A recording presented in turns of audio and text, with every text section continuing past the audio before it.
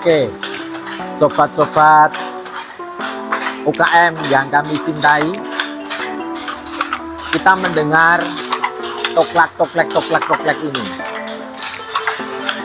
Ini suara khas daripada tenun tangan tradisional yang saat ini mungkin hampir punah, khususnya yang ada di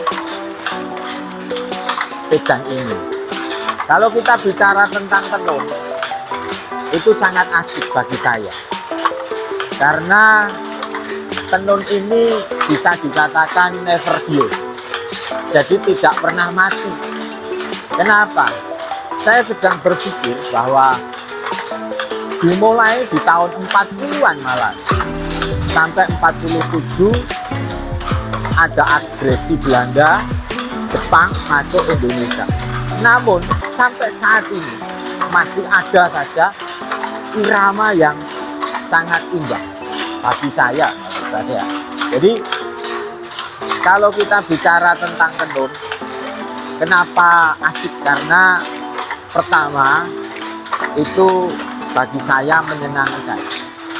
Pertama hobi membuat motif, yang kedua menghidupkan UKM, yang ketiga kita nguri-uri kebudayaan yang ada di daerah Medan Klaten ini. Lurik itu hanya ada mungkin di Medan. Ada juga orang mengatakan begini, bahwa loh Pak, yang namanya lurik itu kan hanya garis. Iya, namun perbedaan daripada garis ini beda. Karena ketika kita bicara tentang lurik itu kental sekali, yaitu tentang sejarah, tentang filosofi, itu terkandung di dalam lurik itu. Yang kita bicarakan saat ini kan budaya. Kenapa saya katakan budaya? Iya, karena budayanya orang Jawa, Solo, Jogja, Klaten, dulu tahun 40-an, 47 itu memakai lurik karena BUMN belum masuk. Nah, pada saat tahun 70 saya masih ingat BUMN itu masuk. Saat masuk memang ada persaingan yang namanya tenun tangan sama mesin. Tapi tidak menjadi apa. Karena apa? Sampai sekarang yang namanya lurik, yang namanya tenun oklek masih hidup. Itu istimewanya.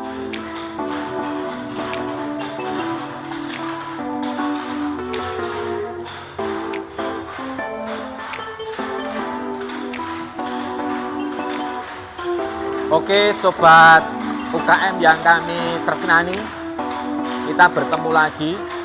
Samping saya ada Pak Waliban. Ini sudah 25 tahun ikut bekerja di Lurik Rahmat.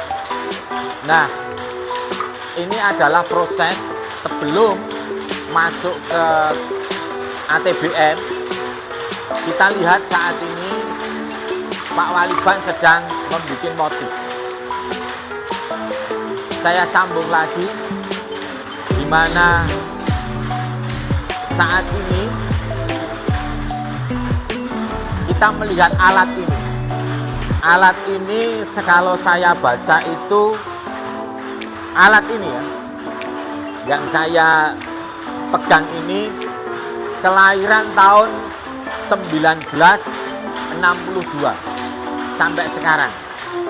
Ada alat juga yang sudah satu abad mungkin, 100 tahun ada di tempat ini. Nah, ini menandakan bahwa tenun tangan itu never die, tidak pernah mati ketika dihidupi. Itu sebabnya mungkin sampai saat ini saya masih sudah umur 57 ya. Kalau kuat mungkin 80, kalau kuat lagi 90. Namun kalau sudah kuat ya diseleksi gitu ya. Jadi alat ini tidak akan rusak, alat ini tidak akan rapuh ketika masih dipakai terus. Itu sebabnya sahabat UKM yang kami tresnani, ketika menekuni apa saja yang saat ini saudara tekuni, cintai. Supaya apa? Ketika kita mungkin masih kecil ya, dihidupi. Supaya apa? Pekerjaanmu semakin hari menjadi besar. Itu pesan saya. Saat ini saya ada di Lurik Rahmat. Nah, sahabat UKM yang kami tresnani, mungkin itu saja. Nanti kita akan sambung lagi. Terima kasih.